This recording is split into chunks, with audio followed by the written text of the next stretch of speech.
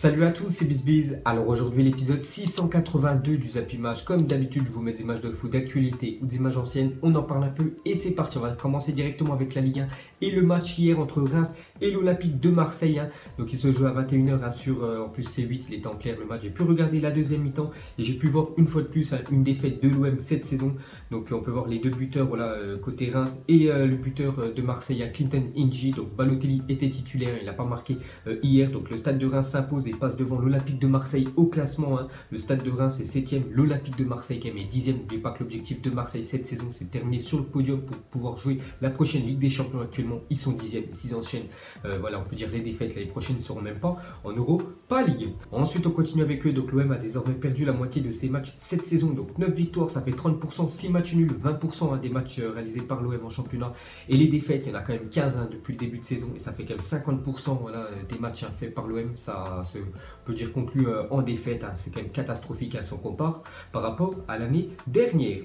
Ensuite, l'OM n'a remporté que 3 de ses 18 derniers matchs, toutes compétitions confondues. En plus, c'est contre, on peut dire, des petites équipes quand même du championnat de Ligue 1, parce que contre Dijon qui est 16e de Ligue 1, Caen 17e et Amiens 19e. Dès qu'ils jouent contre une équipe, on peut dire, dans la première partie de tableau, on peut dire de la 10e à la première place, c'est souvent, on peut dire, défaite de temps en temps, match nul. Et pour finir, une déclaration de Rudy Garcia, il a dit on n'a fait que 15 bonnes minutes en première période et seulement 15 bonnes en seconde. Il a fallu qu'on soit mené pour réagir. On perd aussi parce qu'on aurait dû jouer à 11 contre 10 sur la faute contre Ocampos. Donc il a toujours des excuses de toute façon, Rudy Garcia. Et je me demande comment le président de l'Olympique de Marseille n'a toujours pas viré après toutes les défaites quand même qu'il a fait ces derniers mois. Ensuite, pour clôturer cette rencontre, donc juste regarder le parquage, on peut dire, côté marseillais hier dans le stade de Reims. Donc les supporters dans le parquage marseillais brandissent des fuck LFP, donc Ligue de football professionnel, suite à la sévère suspension qu'a écopé Florian Thauvin. C'est vrai que Florian Thauvin, les gars, il a pris 3 matchs, donc 2 fermes plus 1 en sursis. Donc hier, il a déjà purgé un match et il purgera le prochain contre Bordeaux cette semaine. Ensuite, on continue avec la Ligue 1. On va parler de l'AS Monaco, événement à Monaco hier, parce que Monaco a enfin gagné à domicile. Cette saison, ils n'avaient toujours pas gagné depuis le mois d'août quand même en championnat au stade Louis II. Et hier, sont imposés contre Toulouse 2-1. On peut même voir que Fabregas a marqué la nouvelle recrue. Donc félicitations à Monaco. Après 6 mois, ils remportent enfin un match à domicile. Et pour finir avec eux, on peut voir qu'il y a un joueur qui est arrivé cet hiver. Il leur fait beaucoup de bien. C'est Gelson Martins depuis son arrivée à Monaco. Donc 2 matchs, donc hier et le match contre Guingamp. Il a quand même fait 3 passes décisives. Puis c'est vrai qu'il est vraiment, il bouge beaucoup sur le front de l'attaque. Et pour moi, c'est vraiment une très bonne pioche réalisée par l'AS Monaco sur ce mercato hivernal. Ensuite, on continue avec la Ligue 1 et on va parler de l'énorme choc ce soir entre l'Olympique Lyonnais et le Paris Saint-Germain. Donc déjà, regardez la une du journal L'équipe aujourd'hui, ça c'est marqué, ça va faire des étincelles.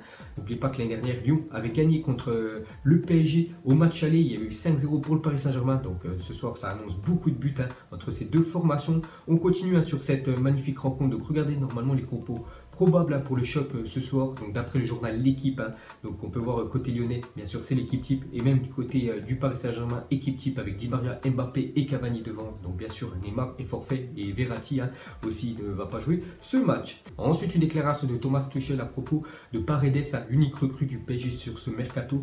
Donc il a dit c'est peut-être un peu tôt pour qu'il puisse débuter, mais je n'ai pas encore décidé. Il a joué en Russie, il a eu beaucoup de vacances, pas comme en Italie, en Espagne ou en Angleterre. Je pense qu'il peut jouer 30 à 45 minutes.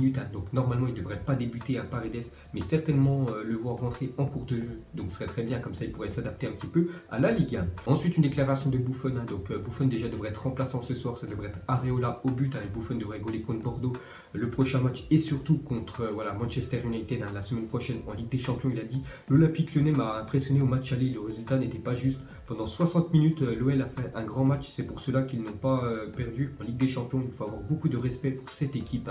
Donc c'est vrai qu'au match aller, c'est vrai que le PSG avait gagné 5-0, mais Lyon avait fait une magnifique première mi-temps. Après, ils n'avaient pas eu de chance et surtout, il y avait un grand Kylian Mbappé au match aller.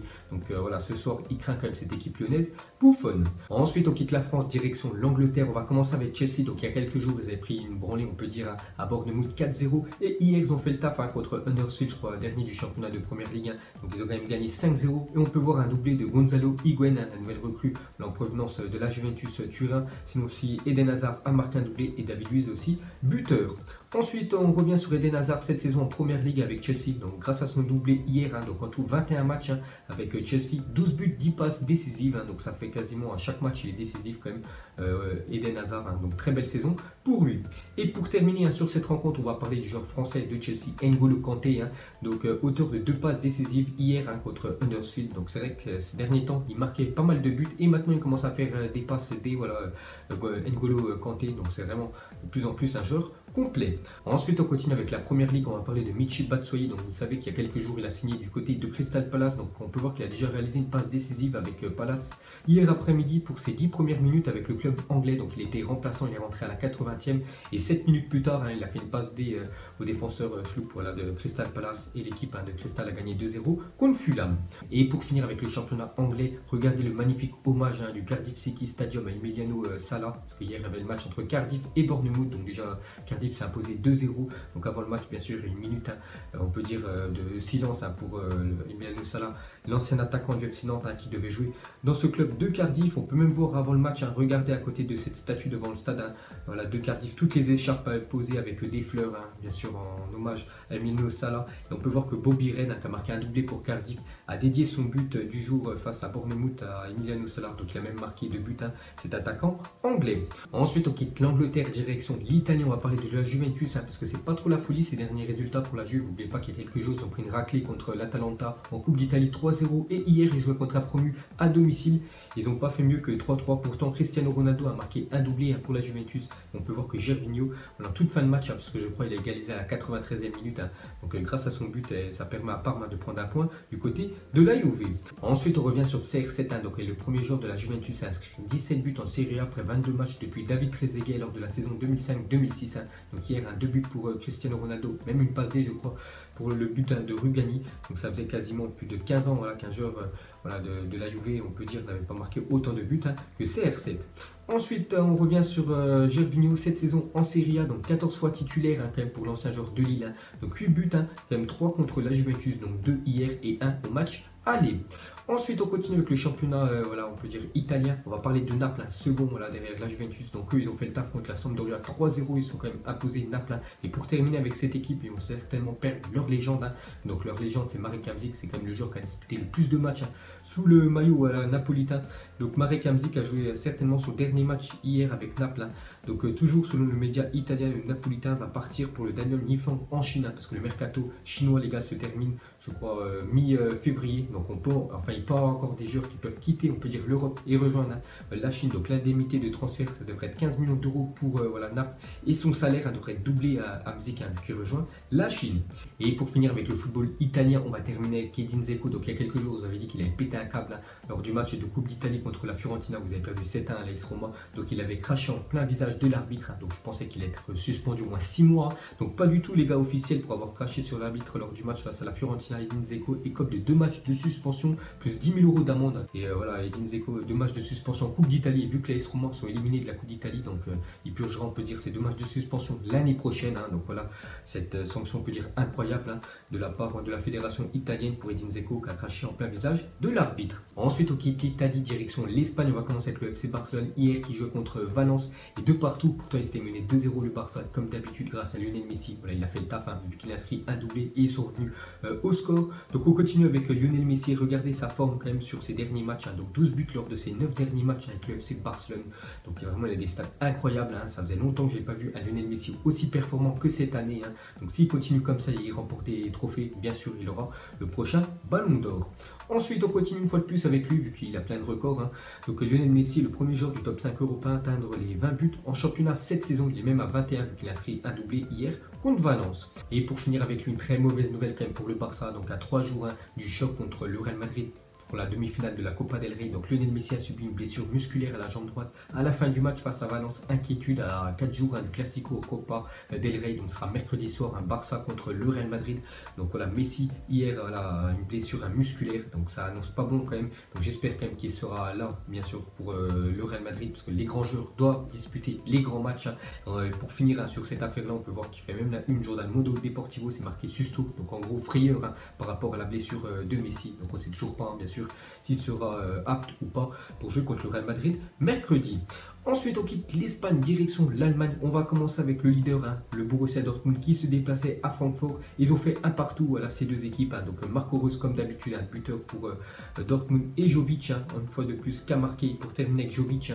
À 21 ans, Luka Jovic, Francfort, est le meilleur buteur de Bundesliga cette saison avec 14 buts. Donc déjà 14 buts pour cet attaquant à seulement 21 ans. N'oubliez pas que je crois dans un match cette saison, il a quand même marqué un quintuplé, donc c'est-à-dire 5 buts dans un match. Et pour finir avec le championnat allemand, on va terminer avec le Bayern Munich. Mauvaise opération pour eux hier. Pourtant, voilà, Dortmund avait, on peut dire, laissé filer 2 points, mais ils ont fait un match nul. Eux ont fait encore pire, vu qu'ils sont inclinés à Leverkusen à une défaite 3-1. Pourtant, ils menaient 1-0 dans le match. Ensuite, on revient en France. On va parler de la Coupe de France. Hier, il y avait Nantes qui jouait contre l'Entente Saint-Gratien et Nantes s'imposait 1-0 contre le club de National. Donc, les Canaries affronteront Toulouse en 8e de finale. Donc, c'était un match qui devait se disputer il y a 2 semaines. Mais vu qu'il y a eu la tragédie Emiliano Sala, le match a été reporté. Ensuite, on part en Turquie. On va parler de Kostas Mitroglou, titulaire pour la première fois sous ses nouvelles couleurs. Donc, c'était hier. Et donc il n'a pas marqué déjà Mitroglou et son équipe de Galatasaray a fait match nul, un partout. Ensuite, à l'occasion du Super Bowl, le PSG commercialise en édition limitée un maillot inspiré du foot US. Donc voilà les gars, si vous êtes, si vous kiffez les maillots de foot et les maillots du PSG, donc il y a un nouveau qui est sorti, on peut voir avec Neymar numéro 10 derrière. Ensuite, quelle classe après leur défaite en finale de la Coupe d'Asie face au Qatar, les joueurs japonais ont nettoyé et rangé leur vestiaire en intégralité. Ils ont également laissé un message en anglais, en arabe et en japonais. Merci. Donc vous avez déjà fait ça à la Coupe du Monde, même quand ils se sont fait éliminer contre, je me souviens, la Belgique. En plus, ils avaient mené 2-0 dans le match. Ils devaient être dégoûtés. Ils avaient perdu 3-2 le match. Ils avaient tout rangé et nettoyé leur vestiaire. Ils ont fait la même chose en finale de Coupe d'Asie avant-hier. Donc vraiment bravo au Japon. Et pour finir ce Zappy Match, bien évidemment, on va terminer avec le choc ce soir entre l'Olympique Lyonnais et le Paris Saint-Germain. Donc mettez-moi un petit pronostic donc pour vous qui va remporter cette rencontre. Donc moi, je mettrai une pièce quand même sur le PSG, même s'il n'y a pas Neymar. On sait que le PSG dépend beaucoup de Neymar, mais je vois quand même le Paris Saint-Germain s'imposer et je vais dire 3-1 pour l'équipe du PSG. Donc voilà les gars, la fin de Zappy Match 682. Donc si ça vous a plu, un petit like et je vous ferai l'épisode 683 demain. Donc moi je vous laisse et je vous dis à la prochaine comme d'habitude. Ciao à tous. Donc on l'a maquillé avec tes mensonges. Et que son âme est moche, plus qu'à la maquiller avec tes mensonges. Je sais pas ce qui se passe dans ma tête. Parfois, je voudrais sauver la terre. Parfois, je voudrais la voir brûler. Ça va pas trop, je roule un terre. Trop de haine pour 9 mètres carrés. Tristesse, faut pas.